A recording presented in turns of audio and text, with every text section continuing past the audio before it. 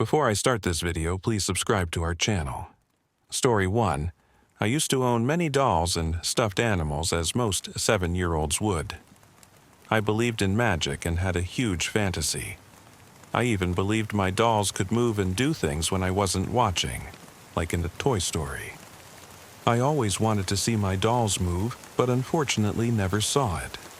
One day, my mother gave me a bowl of mashed potatoes and a glass of water. I went upstairs to my room and decided to have a nice meal with my dolls. I got some plastic bowls and spoons and put mashed potatoes in their bowls, hoping they would actually eat it. I had this one old-fashioned doll my grandma gave me called Mary. I put a spoonful of mashed potatoes in her mouth and waited for her to eat it. Of course, nothing happened. After a few minutes, I wanted to go to the toilet. Before I left, I looked at my dolls and said, "When I get back, I want all the bowls to be empty," in a strict tone. I did my thing and went back upstairs. When I got back, the bowls were unfortunately still full, and the dolls hadn't eaten a thing. But when I looked at Mary's bowl, it was empty.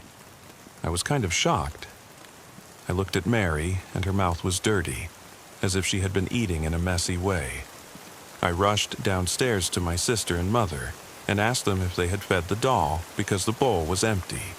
They both said no and swore on their lives. "Maybe your mashed potatoes fed it to the doll," one of them said. But since I believed in magic, I was just happy about it. This wasn't the last time I saw Mary acting unusually. One time, I put her on my bed before I went on vacation to Morocco, and after 6 weeks when I arrived back in the Netherlands, I saw that Mary wasn't sitting on my bed anymore. Instead, she was sitting on my trash can, and her body faced the wall, but her head was turned 90 degrees so that her head was facing me. My mother said, "You must have put her there before we left, and you just forgot." That was weird. It wasn't the last time she did anything unusual. In 6th grade, I went camping with my class and took Mary with me. We made a huge fire while we were eating marshmallows. I took my doll out of the bag and threw her in the fire. Everyone was confused, so I explained the paranormal experiences I had with Mary. Even though people didn't believe me and thought I was crazy, I was glad to be rid of her. I'm glad I haven't seen her since that day. Story 2. After my grandparents died, my girlfriend, now wife, and I moved into their house. We were doing the house up to sell, and multiple things happened to us during the time we lived there. It started with the TV, which used to switch itself on nearly every night around 2 a.m. and would just be static but very loud. We would go downstairs to switch it off, and it never happened again after we left that house. One time, my girlfriend was sat on the couch and could feel someone stroking her back. On another occasion, she was hoovering at the top of the stairs when someone pushed her, but she grabbed the handrail and stopped herself from falling down the stairs. We also used to hear footsteps all the time coming up and down those stairs. There was another time when I was cooking, and the oven was by the window of the conservatory, so I could see inside. The door to the conservatory was on the right-hand side of the cooker with frosted windows. My girlfriend was chatting to me, and as I was cooking, she freaked out, saying someone had just walked past the door. I looked through the window and laughed at her, but she was adamant someone had walked past. So, I opened the door and switched the light on, but there was nothing there. Later that night, I went to bed in the conservatory. The cat followed me. I checked the back door, and it was locked. As I went to switch off the light, I stopped because the cat was freaking out, hissing, and then ran out of the conservatory, freaked out. The light blew, shutters were everywhere, and it went dark. Then something barged into my shoulder, knocking me back and causing me to hit my back hard against the wall. Next, I found myself at the door to the living room. I don't know how I got there. My girlfriend was sitting down, looking at me, and asked if I was okay, saying I'd gone white. Apparently, I had run into the living room and stopped at the door. but I had no recollection of this. I told her what happened, and she said, "I told you I saw something." I went into the conservatory, cleaned up, and nothing has happened since. My shoulder and back were hurting for a good while. I told my mom what happened, as she grew up in that house, and told me multiple stories of things she used to see, hear, and feel there, but no one else in the family did. Then my mom told me what used to happen when I was 2 or 3 in the first house I lived in. It was worse than this, yet I have no memory of it. Before I start third story, please subscribe to this channel if you still haven't done it yet. Story 3. Shortly after we moved into our new house, my brother found a couple of used bullets and shells under the basement stairs. The bullets were pretty destroyed, so he threw them away but kept the shells. They looked like handgun bullets, maybe 9mm or something. We didn't think much of it, but within a year, we started noticing weird things. One day, we heard scratching at our door. All 3 dogs were inside, and when we opened it up, there was nothing in the yard. Even creepier was the fact that sometimes, in the snow, we would find a dog track far too large to be our own dogs in the yard. We thought it might just be our imagination, but one day, we saw a huge black figure go flying by in the window. We looked outside again, but once again, saw nothing. We were both pretty spooked. Then, years later, we were in the basement, and when we looked away, the head of a doll moved slightly to the left. It was slow and progressively creepier because eventually it was facing my brother and me. We were both across the room, so this was the most terrifying thing that ever happened to me. We even recorded it, but the camera was pretty garbage, and the battery died before I had fully swapped over to us. We both went into the other half of our basement, and when we went back, the doll was in its original position. We were both pretty traumatized, and that wasn't the last of it. The last major thing I remember was when we were in the living room together playing games. It was getting darker, but you could still see shadows from outside. Every once in a while, the bathroom door was wide open, and my brother and I saw the same thing. At first, we thought it was a shadow, but it wasn't transparent. Basically, there was a black figure in the bathroom, and when my brother walked over, it darted away. Even though now I don't believe in paranormal stuff, I often question these events and wonder if maybe I should. Story 4. Back when I was in high school, I became absolutely obsessed with a show called Supernatural. It was about 2 brothers, Sam and Dean Winchester, hunting monsters and demons. It quickly became my favorite.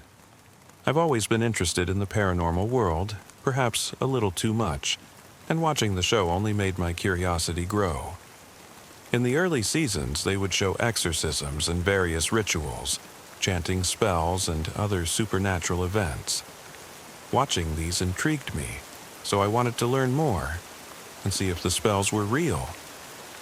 Armed with the power of the internet, I started looking up terms like demon spell and witchcraft. After browsing through various websites, I eventually came across one that had an array of amazing spells. White magic, dark magic, summoning fairies and demons. It had it all. Being young and naive, I began chanting these spells out loud. I started with fairies and then moved on to demons. A small detail I overlooked was that these spells required specific ingredients, or had to be performed on certain days, under certain moons, or in specific locations like the forest. I didn't follow any of these rules and just went straight for the spells. The spells were long, and my attention span was short, so I only read half of them out loud. Afterward, I was too tired and went straight to bed. The next morning, I woke up with backaches, probably from sitting at the computer for too long, but I also noticed 3 long nail marks on one of my thighs. It was red and sore. I checked my nails to make sure they weren't mine, but they hadn't grown since I last trimmed them. I also sleep alone, so it wasn't from another person. I brushed it off as nothing, but it was the first strange incident. Later that night, I got back on the computer and looked through the spells again, but this time, something was different. I couldn't sleep that night. I kept waking up and felt as though someone was standing near my bed, watching me. I couldn't get any proper sleep until sunlight finally crept through my window. When I woke up, I noticed 3 more long, deep marks on my other thigh and my left arm. I was scared now. Having watched enough horror films and TV series, I concluded that I was being haunted by some kind of evil entity. I thought that perhaps I had summoned a demon by reading the spells too diligently. I told my parents, but they didn't believe me at first. When I showed them the marks, they tried to rationalize it, but I knew something was wrong. That night, I didn't dare open my computer. I had another restless night, waking up often with the feeling of being watched. The next morning, more red marks appeared, this time on my right arm and my back. Even though I stopped going on the website, the strange occurrences continued for weeks, until, unexpectedly, it stopped. I realized this when I was finally able to sleep peacefully again and noticed no new marks. Over the years, I've shared this story with many people, but no one could give me a proper explanation for what happened. If anyone has any theories, I'd be grateful to hear them. Before I start 5th story, please like this video if you still haven't done it yet. Story 5. I've had plenty of weird and unexplainable experiences, but this one is the only one that I find difficult to put into words. When I was around 6, I remember that whenever I found myself alone, I would see a man in my house. He was always behind me, in corners, behind the sofa I was sitting on. This happened for years. The figure was very human-like, with no faded or blurred lines. It always wore the same clothes. I would catch glimpses of it, and as soon as I turned around, it would be gone, as if nothing had been there. As a child, it didn't scare me as much as it probably should have, but I was always super cautious and uneasy. I never cried to my parents about it. What is strange is that, at the time, I thought the man was my uncle, or a family friend who I believed was very much alive. So, I wrote it off as just my imagination. Years passed, and I kept seeing the figure.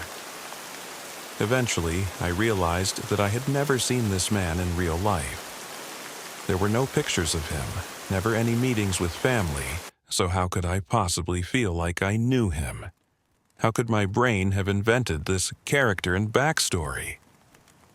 I started asking around about this unidentified uncle, and it turns out he never really existed. I looked at family photos of the family I thought he was part of, but nothing. Sadly, my father passed away a few years ago, and since then, I've been trying to find photos of him. While doing so, I came across a photo of my dad and his father, my grandfather, whom I never met. The man I used to see looks a lot like my grandfather, though it's not a perfect match. My memories have clearly faded over time, but I'm certain that the figure I saw as a child was only a resemblance, not who I thought he was. Story 6. When I was 16, I found a yellow sheer fabric, which I think was tapestry, in my parents' attic. It had a line of white fissures on it. My room tends to get hot, so I ended up using it as a blanket of sorts. My parents have no recollection of it or why it was in our home. One night, as I was trying to look for it, it seemed to have vanished. I didn't think much of it and assumed maybe my mom misplaced it when she washed it. A while later, I remembered and wondered what had happened to it. My dad told me that he had burned it. He said that one night he went to check on my sister and me as we shared a room with separate twin beds.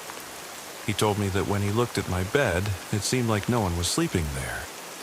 As he got closer, he noticed that it looked like I was wrapped in pitch-black darkness, which really freaked him out because my bed was against 2 big windows. and I purposely had sheer curtains so that the moonlight and sun would brighten my room. But somehow, with the moonlight shining in, it looked like darkness. My dad removed the blanket off me to make sure I wasn't passed out under it. Afterward, he looked at the blanket and couldn't understand why it had that effect. He said the white fissures didn't look like fissures at all. He described them as looking like the skeleton of fish with something inside their bellies trying to get out. That's when he decided to burn it.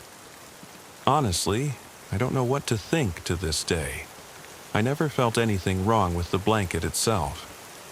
I think my dad was just being overly cautious since he is a man of faith. Around that time, he was listening to a sermon about objects retaining spirits. I remember him bringing up Matthew 8:24-34. I'm just wondering if anyone else has experienced something like this. I'm not sure if the blanket was cursed, but whatever my dad thought, it was enough to burn the damn thing. Then again, my dad can be very extreme when it comes to things. I just want to know what others think. Story 7. Some years ago, the organization I work for had a printing department with a warehouse and distribution office situated several miles from the main office. There was a crew of about a dozen people working there. There was a rumor going around that this building was haunted. At first, I didn't believe the rumors, but slowly, stories started coming out from staff members who worked at the office. They said they often heard the sound of children running around the warehouse at night, but it would be completely empty when they went to check. Some claimed they would see and hear furniture being moved when they worked at night. Later, the disturbances grew more insistent, with people being touched by unseen hands, things going missing, and turning up in random places. One person claimed that she was pressed against the wall by something invisible and big. It all came to a head when someone got badly hurt. A colleague was clearing a few late deliveries one evening before clocking out. He was at the main office on the second floor when he was done. He locked the office up and headed downstairs to clock out. As he was on the landing at the top of the stairs, he said something pushed him hard. He flew down the top stairs and then rolled down the other half of the staircase. His screams brought security guards running. They found him at the bottom in a pool of blood. The ambulance and paramedics were called. My colleague and friend was in bad shape. He had a cracked skull, a broken arm, a broken leg, a massive concussion, and was bleeding from his head. He was unconscious. They carefully got him into the ambulance and took him to the emergency room. He did not regain consciousness for a few more days. It was scary because the doctors weren't sure if he would have brain damage until they could assess his responses. When he woke up, he told us what happened. He said something had pushed him. They checked the CCTV and saw him go down the stairs, and then suddenly, he flew forward down the stairs. An investigation was done, but they found nothing that could prove he tripped. Eventually, he got better and never went to work on the stairs alone again. Stories of minor disturbances continued until we sold off the building. It's still standing now, and it's the headquarters of a charity organization. The video still exists. According to the security guy, they keep it under lock and key, along with several other videos that show weird things happening in the building. Perhaps someday I'll be able to get my hands on them to feature in a few of them, but those are less exciting stories. Before I start an 8th story, please subscribe to this channel if you still haven't done it yet. Story 8. My very young daughter started telling us that she would see a lady in our house about the time she started to communicate well.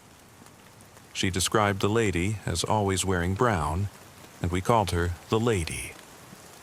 I showed my daughter pictures of her great-grandparents on both sides, thinking it was just a deceased family member, but she never recognized anyone. We started noticing sounds like doors creaking, rustling sounds, and things dropping, but we thought they could be potentially explainable. We started hearing things more frequently. I saw a cabinet door in our bathroom swing open while I was brushing my teeth in the reflection of the mirror behind me. It was strange, but perhaps explainable. A few days later, we had a massive water leak behind that same mirror. Because of the leak, all of our belongings had to be moved out of the house for repairs. While I was cleaning and boxing things up, I found 2 old photographs from around the 1880s. As soon as I pulled them out, my daughter said, "That's the lady." I asked her which one, and she pointed to the younger of the 2 women.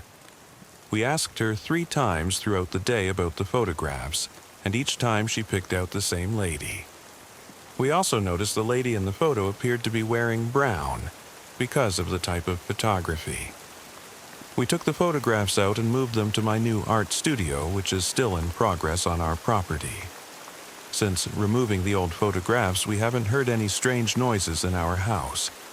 My oldest daughter, who's complained since she was little about moving shadows in her room at night, has slept through the night ever since the photographs were removed. The daughter, who sees the lady, usually sees her once every week or 2, so I can't comment about that. Surprised by the drastic change in our house, I decided to use a Dream-Osh sleep recording app that only records when it hears sounds to see if I could catch something near the photographs in the studio. I mainly wanted to prove or disprove it to myself. I recorded one afternoon for 3 hours and captured 7 audio clips of birds and planes. I tried again that night from 12 a.m. to 8 a.m., and this time I had 67 clips. Most of the clips were of a weird reverb electrical feedback that started after midnight and went on and off for hours. I also heard what sounded like 2 separate single knocks or objects dropping. There was nothing electrical in the studio except for the phone itself, as power had not been running in the building. There isn't even a breaker box, and the nearest power pole is outside the building, about 20 feet away from the front. Last night we left the recorder on from 11:30 p.m. to 7 a.m. and didn't hear any weird electrical sounds all night. We literally caught crickets and 1 clip with 2 small bumps or knocks followed by rustling. We also caught a strange sound at the end of 1 clip. We don't remember how we came into possession of the photographs. They are not of our family, and we confirmed this with our parents. My husband thinks he remembers one of my customers gave them to me a few years ago.